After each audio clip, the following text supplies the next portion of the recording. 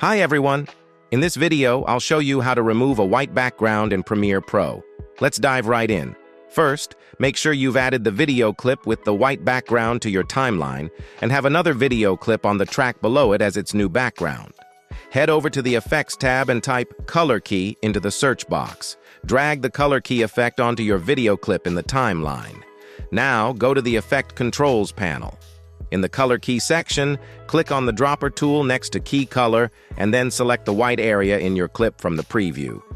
At this point, most of the white should be gone, but if you notice some white edges around your clip, you can clean it up by increasing the color tolerance.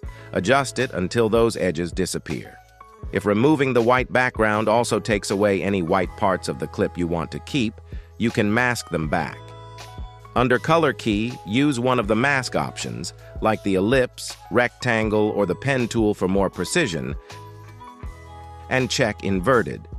This will let you isolate the white you want to preserve. Position and resize the mask over the area carefully so it doesn't affect the rest of the background.